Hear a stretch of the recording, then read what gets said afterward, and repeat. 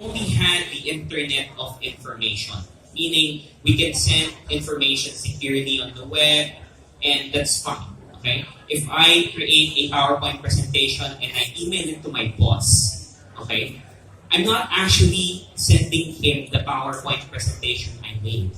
Okay? I'm only sending my boss a copy. Okay?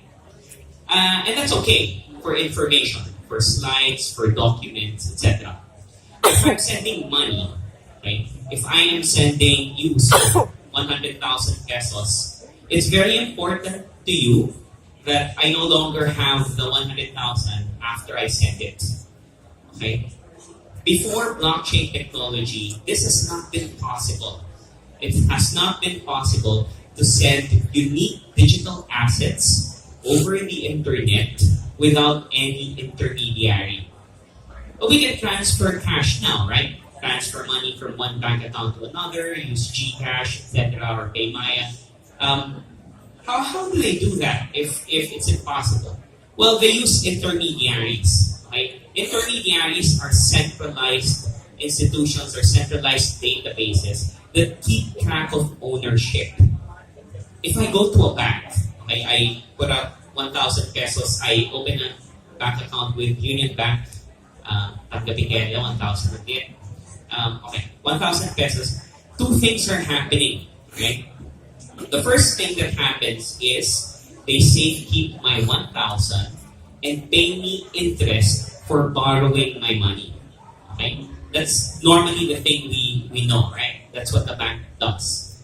But there's also a second thing that happens. And that second thing is we're empowering the bank to decide who owns the 1,000 pesos. We're relying on the bank to make sure that the records are kept safe. We're relying on the bank to have the integrity to not cheat us. All right? In other words, we are trusting the bank. Now, in a world that's become much faster, it's very difficult to build trust with everyone. And this is where blockchain technology comes in. Blockchain technology, or blockchain, is a decentralized digital ledger. And what I mean by that is there's no one source of weakness because the ledger is distributed. You have multiple nodes in the network that bear a copy of that same ledger. And if you make a change to one ledger that's rejected by the other nodes, then guess what? The transaction or the attempt to cheat the system will fail. I think the best way to illustrate that is by looking at how Bitcoin works. Okay? So just quick Bitcoin 101.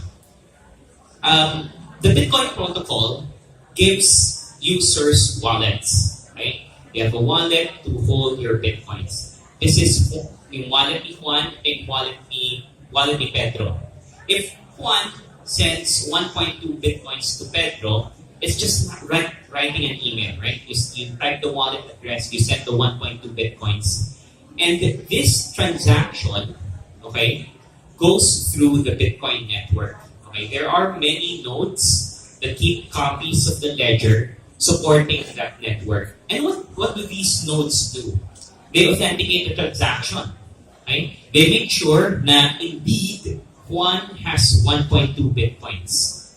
They make sure that the transaction came from Juan's wallet address. And once it goes through the authentication by the nodes, it gets credited to Pedro.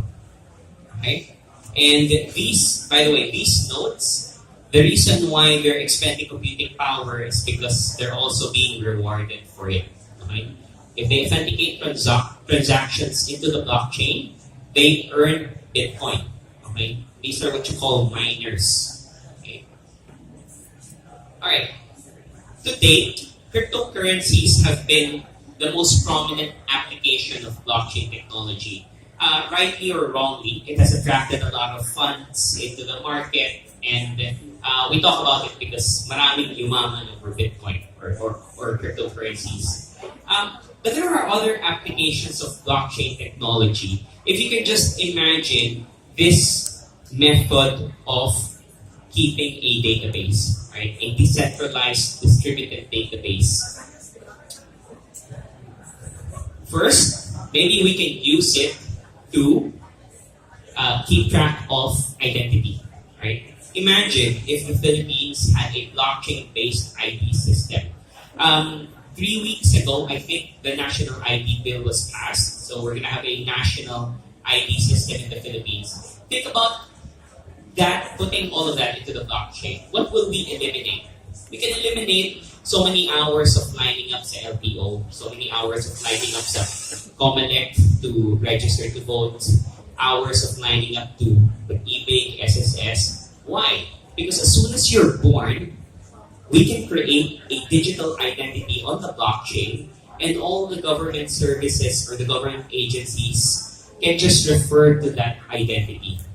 And because it's secure, wala nang double identity. Alright? Right now, it's so easy to have a second driver's license, right? You show up to the LTO with an affidavit that you lost your license. You show up with an affidavit that says, oh, mali yung name, mali yung birthday. Boom, you get another ID. All of that goes away with blockchain-based ID. What else? Land titles. A study has shown that 70% of land titles in the Philippines are contested. Meaning, binenta ng broker pero hindi naman pala yata dapat nabenta, or yung registry of deeds pinahack and then nawala na yung records of owners, or plain and simply yung title galing sa recto and then binibenta ng broker to multiple owners. 70%. Now that's huge because banks cannot lend money against a title that it can't authenticate. Okay? So it constrains a lot of things downstream. Now, just imagine if we can have land titles on the blockchain.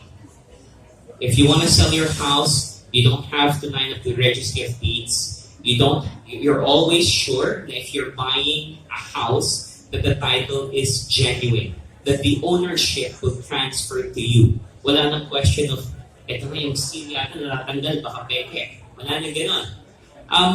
Wala na rin question on liens. Why? But nabentahan na kayo ng bahay na nasangka, right? You will know the pain of having to deal with a creditor. Okay, sometimes, pag sinangla yung bahay and hindi na allocate yung utang sa likod ng titulo, alright? It's not encumbered perfectly. Yung buyer may iwan siya with all the debt. Okay? It reduces a lot of uncertainty in real estate transactions. All of that can go away if we move to a blockchain-based registry system. Alright? Why? Because if you, for example, I have a coin, right, a token, a digital token, parang Bitcoin, that represents title to, my house in Cavite, right? If I go to a bank, digitally, I can have that bear a feature that it's encumbered. Okay, I can change the nature of the token to reflect that it's on lien to a bank, or it's encumbered by a bank. Right? What else?